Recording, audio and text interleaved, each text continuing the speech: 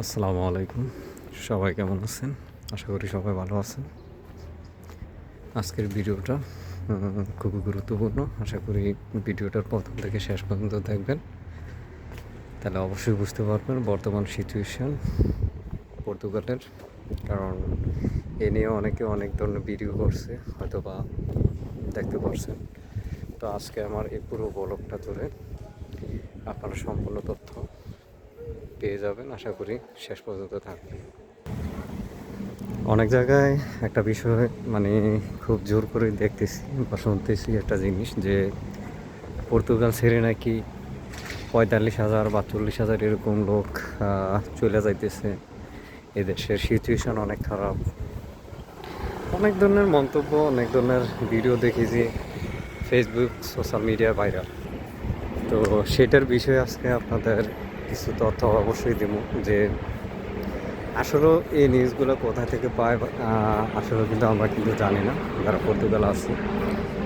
কারণ এইখানে যদি কোনো লোক চলে যায়, অবশ্যই কারো সাথে না কারো কোনো সম্পর্ক থাকে, বন্ধু বান্ধব থেকে শুরু করে প্রতিটা সিটিতে কিন্তু সবারই লোক আছে। তো সবাইকে যখন জিজ্ঞাসা করি যে আপনার কোনো লোক এই পর্তুগাল ছেড়ে গেছে কেন, বলতেছে না, এখন তো কেউ যাচ্ছে না। তো অন্যান্য সিটিতেও যারা আছে তাদের সাথেও যখন কথা বললাম, তারাও কিন্তু একই কথা বলে। তো এখন কথা হয়েছে যে আসলে কি মানুষ কি পর্তুগাল ছেড়ে চলে যাইতেছে, নাকি এগুলো সবই গুজব। তো আসল কথা হয়েছে এখানে যাদের ইনকামের সোর্স অনেক বেশি প্রয়োজন হয়, মূলত তারাই হয়তো এগুলা মানে বলে যাচ্ছে যে না, পর্তুগালে অর্থনীতি এরকম ওরকম, বা পর্তুগালের অবস্থা খুবই খারাপ। বিভিন্ন ধরনের তথ্য বা গুজব তারা এখানে ফেসবুক, সোশ্যাল মিডিয়ায় কিন্তু তারা এগুলো ভাইরাল করে, তারা কিন্তু এই দেশ থেকে যায়।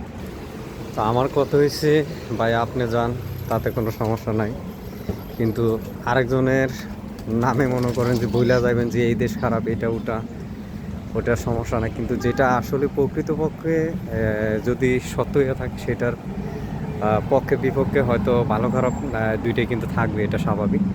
তবে আমার মতে যে এইখানে হয়তো এতটা সমস্যা হয় না। হ্যাঁ, অর্থনীতি খারাপ, পর্তুগালের অর্থনীতি একটু খারাপ, এটা স্বাভাবিক।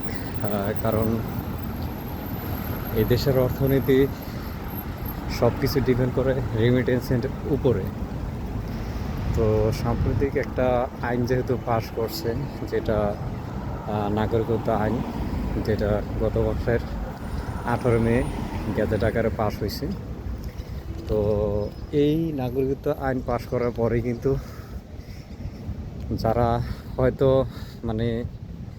একবারে কাছাকাছি চলে গেছিলো, যে না তারা পাসপোর্টের জন্য আবেদন করতে পারবে, কারো 15 দিনে 1 মাস বাকি ছিল, তারা কিন্তু আবেদন করতে পারেনি। তো এরকম কিছু মানুষ হয়তো, কিছু সংখ্যক মানুষ হয়তো পর্তুগাল ছাইড়া গেছে। এরকম না যে মনে করেন হাজার হাজার হাজার হাজার মানুষ হয়তো পর্তুগাল ছাইড়া গেছে, এরকমটা না। এখন আমার কথা হচ্ছে, যারা এই দেশ ছাইড়া গেল, তারা তো বৈধভাবে অন্য দেশে যে কাজ করতে পারতেছে না, তারা কিন্তু অবৈধ হয়ে কিন্তু অন্য দেশগুলোতে থাকা লাগবে। তো অন্য দেশগুলোতে যখন আপনি অবৈধ হয়ে থাকবেন, তখন কিন্তু আপনার বৈধতা পাইতে কত বছর সময় লাগবে, সেটা কিন্তু আনুমানিক কেউ কিন্তু জানে না। যেমন স্পেনের একটা আইন আছে যে আপনি যদি 2 বছর বৈধভাবে থাকেন, তারপরে আপনি ওই দেশে বৈধতার প্রমাণ দিয়ে 2 বছর পরে আপনি কন্ট্রাক্ট কিনবেন, 6 মাসের পে স্লিপ দেখাবেন, তারপরে আপনি কার্ডের জন্য আবেদন করতে পারবেন। এই একটা সুযোগ বর্তমানে আছে। কিন্তু এই সুযোগটা যে সামনে ফিউচারে যে থাকবে, এটা কিন্তু সিউরিটি নেই। কারণ সরকার চেঞ্জ হলে কিন্তু তাদের আইনগুলো পরিবর্তন হয়। এই যে পর্তুগালে এখন 10 বছরের আইন করছে, এটা পরিবর্তন হবে না যে, এটার কোনো সিউরিটি নেই। কারণ এটা সরকারের সাথে আইনগুলো কিন্তু পরিবর্তন হয়ে যায়। পর্তুগালে এই নিয়ে অনেকবারে কিন্তু আইন পাস হয়েছে, আবার পরিবর্তন হয়েছে, এটা নর্মাল বিষয়। তো আজকে যারা ভাবতেছে যে না 10 বছর পরে পাসপোর্ট পাবো, সে আশায় মনে করেন যে এই দেশে থাইকা লাভ কি, এই দেশে পাসপোর্ট পাইতে তো 15 বছর লাগবে, ইনকাম নাই। এখন ইনকামটা তো ডিপেন্ড করবে আপনার এক্সপিরিয়েন্সের উপরে। আপনার যদি সে এক্সপিরিয়েন্স থাকে, যোগ্যতা থাকে, আপনি এই দেশেও ইনকাম করতে পারবেন, কিন্তু সোর্স বের করতে হবে। এমনকি আপনার মানে কাজ খুঁজে নিতে হবে। এখন আপনি যদি বাসায় বসে থাকেন আর যদি চিন্তা করেন যে না আমি এখানে থাইকে জব ম্যানেজ করতে পারবো, তাহলে তো এটা কখনো সম্ভব না। আপনাকে কাজ করার জন্য অবশ্যই আপনাকে কাজ খুঁজতে হবে। আর দ্বিতীয়ত আপনার এই দেশে আসার কারণে বা আসার জন্য আপনার কিছু কিছু এক্সপিরিয়েন্স আপনাকে নিতে হবে, যেটা মনে করেন আপনার ড্রাইভিং লাইসেন্স, শেফ, আপনি পিৎজা, বার্গার, কেবাব, এই ধরনের কাজের যদি আপনার কোনো এক্সপিরিয়েন্স বা থাকে, সেক্ষেত্রে আপনি খুব ইজিলি আপনি কাজ পাবেন। তবে এখানে বাসার দক্ষতাটাও কিন্তু অনেক ইম্পর্টেন্ট, যেটা মনে করেন বাসাটা না জানলে কিন্তু আপনি এই দেশে কিন্তু চাকরি পাওয়াটা অনেক অনেক হার্ড এখানে, ঠিক আছে? তো সেই ক্ষেত্রে আপনি বাসাটাও অন্তত জানতে হবে, বাসার পাশাপাশি কাজের এক্সপিরিয়েন্স থাকতে হবে, তবে আপনি এখানে ইনকাম করতে পারবেন। এখন অন্য দেশের সাথে তুলনা দিলে আপনি এই দেশে কখনোই থাকতে পারবেন না। আপনার ইনকাম সোর্সটা আপনি নিজেই হয়তো বের করতে হবে, সময় দিয়া, শ্রম দিয়ে, তারপর আপনার ইনকাম সোর্স বার করতে হবে। তবে আপনি ইউরোপের যে কোনো দেশে আসেন, অবশ্যই কোনো কাজ শিখে আসবেন। যে দেশে আসবেন ওই দেশের ভাষাটা সম্পর্কে একটু জানা আসবেন, তাহলে কোনো সমস্যা হবে না আশা করি।